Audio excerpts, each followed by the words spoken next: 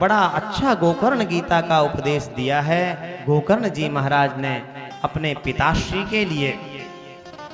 कहा ये सब नश्वर है, जो भी आप संसार में देख रहे हो ये सब नश्वर है, एक क्षण में नष्ट हो जाएगा।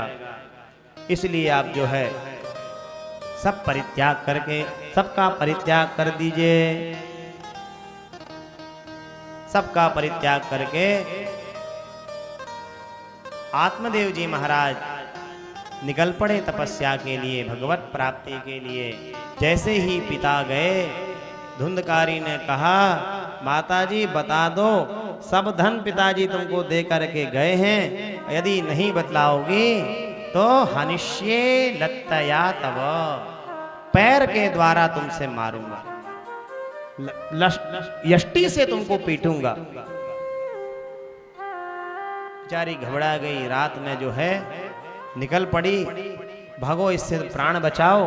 पर कर्म ऐसे थे, बलिष्ठा कर्मणा गति ही, कर्म की गति बहुत बलवान होती है, कहाँ बच सकता है जीव। कूप में गिरी और कूप में गिरकर ही उसने अपने जीवन का परित्याग कर दिया। धुंधली का सीताराम हो गया। अब लगा गोकर्ण जी महाराज को हमारी बारी है, भैया अपन भी धीरे से निकल लो, कहाँ है संसार में फंसे हुए, पिताजी को तो भेज दिया। समझाया है गोकर्ण जी महाराज ने, भैया देखो सद आचरण करो, अब सब कुछ तुम्हारा ही, हम तो चल दिए, माता पिता तो चले गए। और समझा करके निकल गए। इधर तो अब स्वच्छंद हो गया। गोस्वामी जी महाराज कहते हैं पराधीन सपने सुख नाही, जब तक दूसरे के अधीन रहते हैं तब तक सुख नहीं हो सकता है। माता पिता भाई के अधीन थे तो अब जो कहाँ सुख, अब तो भाई स्वच्छंद हो गए, और स्वच्छंद हो जाने से हम तो एकदम परम सुखी हैं। स्वेच्छाचारिता अपना ली, गणिकाओं को लेकर के आ गया, 5-5 गणिकाओं को रख लिया। निरंतर आतंक बढ़ने लगा, रोज नया बैंक लूट करके लाता और जो है गणिकाओं को दे देता। गणिकाओं को लगा ऐसा ना हो कि एक दिन ये पकड़े जाएं और इनके अपराध में हमारा वह सीताराम हो जाए, इसलिए एक काम करो अब इनका ही सीताराम कर देते हैं। सीताराम कर दिया, मुख में अंगारा डाल करके वहीं जो सीताराम हो गए। धुंधकारी भी चले गए, चले तो गए परंतु कर्म ऐसे थे, कर्म के कारण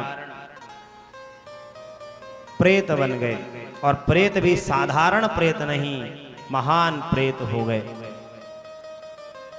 अब जो कर्म किए थे उन कर्म का जो फल था, कर्म तो हमेशा असद कर्म किया और असत कर्म के कारण प्रताड़ित होने लगे और दूसरों को भी परेशान करने लगे। जब गोकर्ण जी महाराज को ये खबर लगी कि हमारा भाई धुंधकारी भी चला गया, तो बोले चलो अब सबके निमित्त कुछ कार्य करते हैं। घर पर आए हैं, जैसे ही घर पर आए सोना चाहा, पवित्रता की सो गए। अब बस धुंधकारी ने अपना चमत्कार दिखाया, कभी कुछ बन जाता कभी कुछ बन जाता, अनेक आकृतियों में दिखने लगा।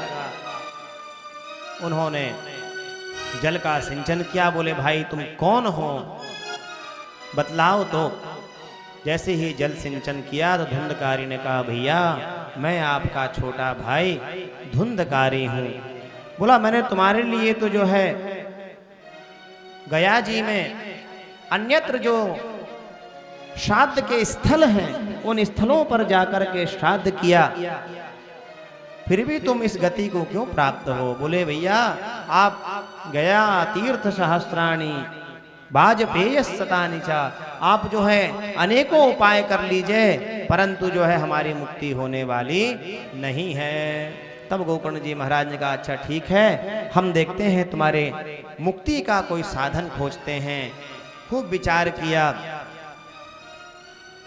कोई साधन समझ में नहीं आया। प्रातः काल की संध्या वेला में जब कोई आपको समझ में ना आए तो आपकी अंतरात्मा जो है उससे पूछिए पवित्र होकर के।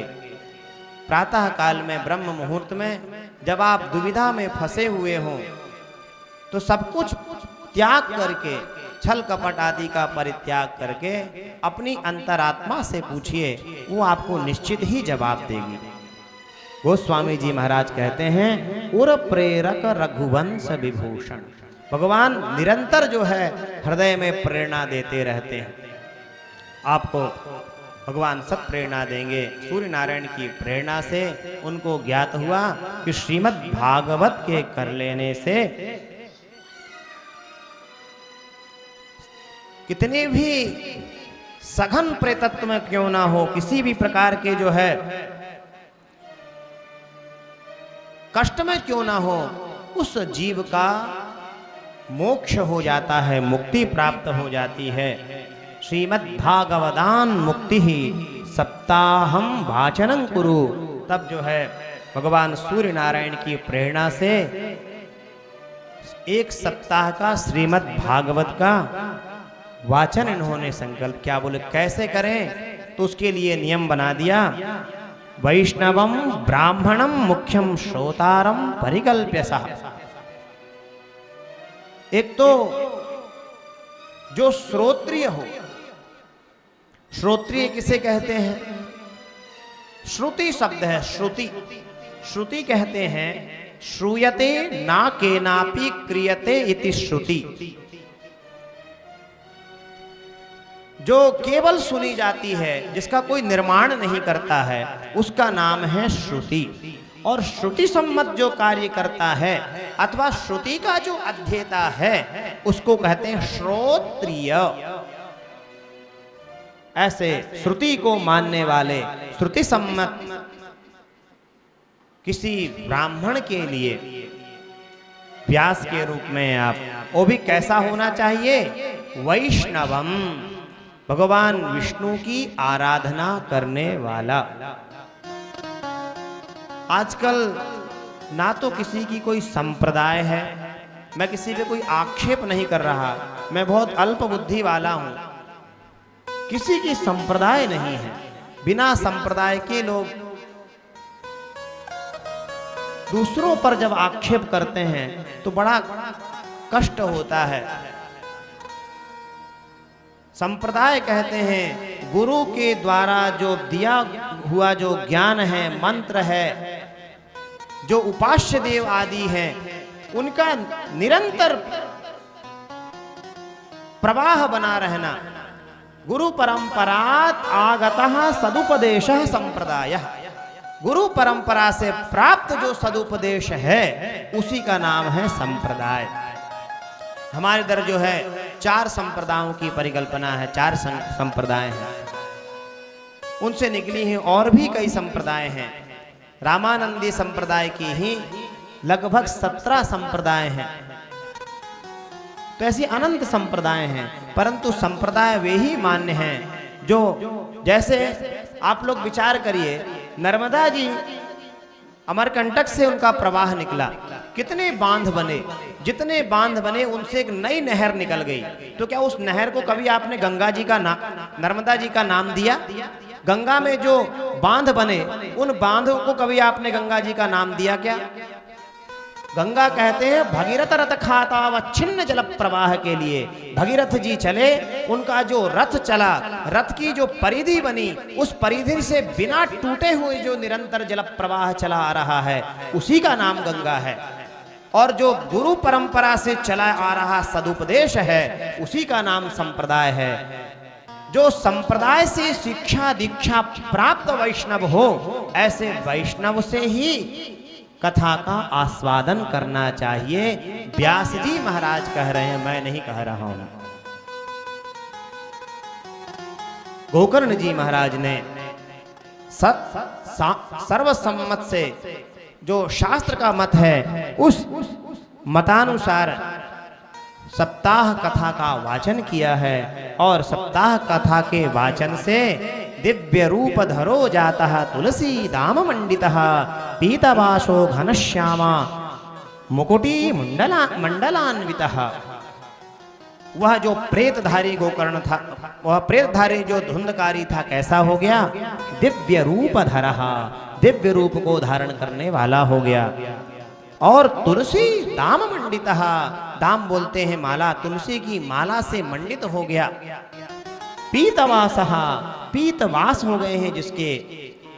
घन श्यामः, घन के सदृश जिसकी, घन बोलते हैं मेघ के लिए, मेघ के सदृश इसमें श्यामलता आ गई है, श्याम वर्ण हो गया है।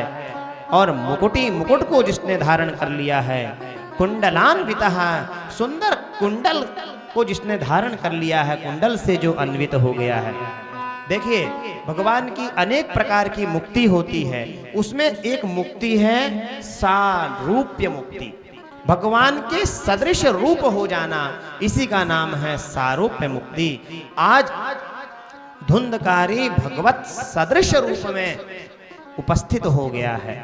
ये भागवत की कथा का प्रवाह, यह भागवत का जो है महत्व है कि जो प्रेत है उस प्रेत को भी भगवान के सदृश रूप की प्राप्ति हो गई, भगवान के सदृश वस्त्र अलंकार आदि की प्राप्ति हो गई।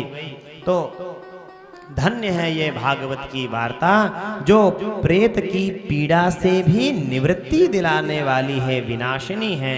धन्या भागवती वार्ता, ये भागवत की जो वार्ता है, कथा है, ये क्या है? प्रेत पीड़ा विनाशिनी, प्रेत की पीड़ा से विमुक्ति दिलाने वाली है।